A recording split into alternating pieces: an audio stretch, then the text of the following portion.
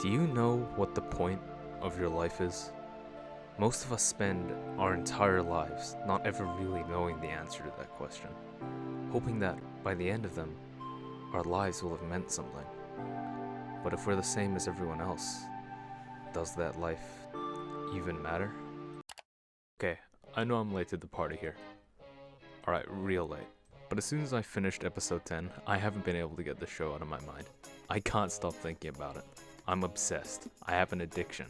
I'm addicted. When the game came out in 2020, despite all the drama, I got the game anyway, because I'm not a fan of golf. And it was a game, but one thing that didn't disappoint was the story, so as much as I was worried Edgerunners might end up looking like X-Arm, I still held on to hope there would be something incredible. And it definitely was.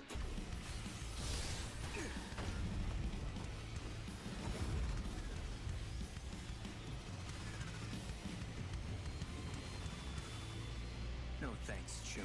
I know how to fly just fine.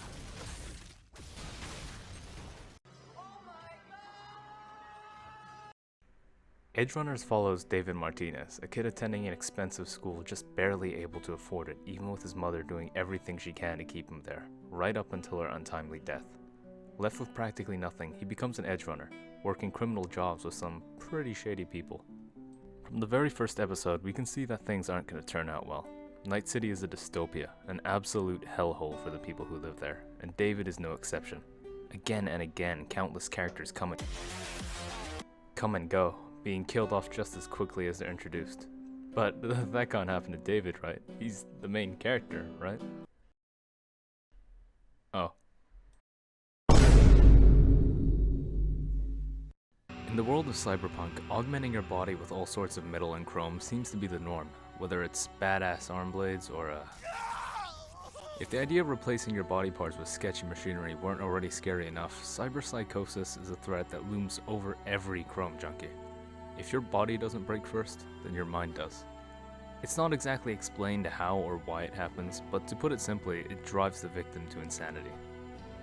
What starts with a single implant through desire or necessity sprouts into several. All the while, the body becomes less human, so does the mind.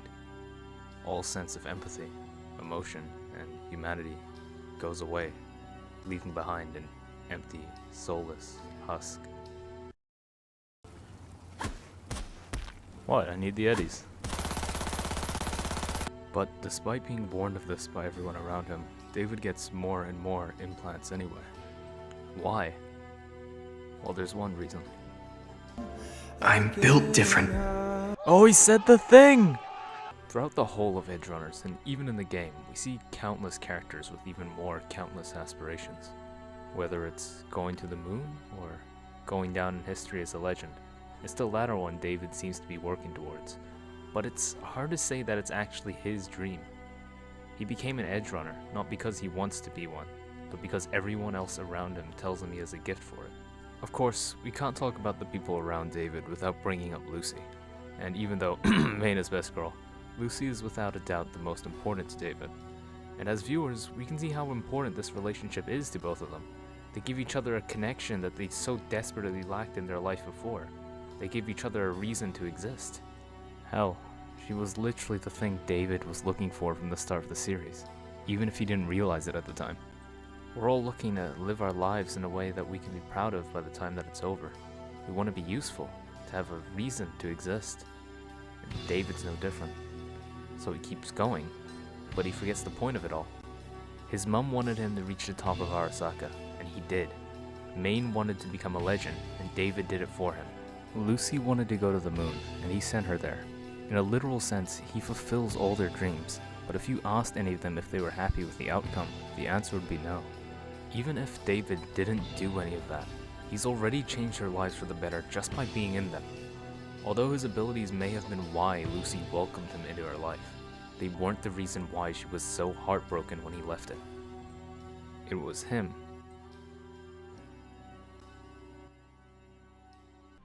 It wasn't achieving their dreams that was important. It was the reason behind them. Correction. It was the people behind them. It was around here where I started to realize what the show was trying to say, when the reality of David's situation really hit me. He's afraid. He's afraid of losing himself. He's terrified of accepting that he's not special because deep down he knows he's just like everyone else, that he's not destined to become something, and that it'll have no purpose. The irony here is that this fear also happens to drive him closer towards literally losing himself, reaching cyberpsychosis from all the strain that he's putting himself under, because he thinks he's different. He feels like he has to keep going because that's what he's good at, what he's made for, what he has to do, because he's the only one who can. He wants to do everything in his power to make the dreams of everyone else around him become true, because in doing that, their lives won't have been for nothing. His life won't have been for nothing. Because he would have done something that no one else could have. I'm sure we can all relate to this somewhat. We can feel obligated to go down a certain path in life, being pressured by the fear of wasting them, by not using our skills optimally. Whether that's taking a job in a field we have no interest in, or chasing after someone else's failed dream because we think it'd be a waste of our talents not to. David's not so different from anyone else in this aspect. We all want our lives to mean something. We want to create, achieve, leave some kind of impact on the world around us so that even when we're gone, the world will never be the same again. Something we did mattered. But what we all seem to forget is that just by living, by being ourselves, enjoying our lives, and valuing those around us, we'll still leave one. Each and every one of our actions, or inactions, no matter how small, will leave behind some kind of mark on every last person whose lives we've been a part of, in a way no one else ever can. Not all of us will achieve something big, chasing after dreams we might think will justify our reason for living. But that's okay. Anyone can try it, and it may or may not work out for us regardless of how hard we work. But with the relationships and connections around us, although it may not be the world, we can change the worlds of those around us. Because no matter how much you want to believe you're unique, as much as you tell yourself you have to chase those ambitions, as much as you think it's the only way your life will matter, that you have to keep going because no one else can, you're not destined for anything. You're not special. Because in a way, we all are.